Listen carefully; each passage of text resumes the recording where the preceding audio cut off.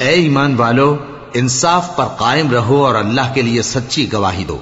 خواہ یہ تمہارے اپنے خلاف یا تمہارے ماں باپ اور رشتہ داروں کے خلاف ہی ہو۔ اگر کوئی امیر ہے یا فقیر تو اللہ ان دونوں کا زیادہ خیر خواہ ہے، پس تم خواہش نفس کے پیچھے چل کر عدل کو نہ چھوڑ دینا۔ اگر تم لگی لپٹی بات کہو گے یا سچائی سے پہلو تہی کرو گے تو جان رکھو اللہ تمہارے سب کاموں سے واقف ہے۔ مومنو، اللہ پر اور اس کے رسول پر اور جو کتاب اس نے اپنے اس پیغمبر پر نازل کی ہے اور جو کتابیں اس سے پہلے نازل کی تھیں سب پر ایمان رکھو،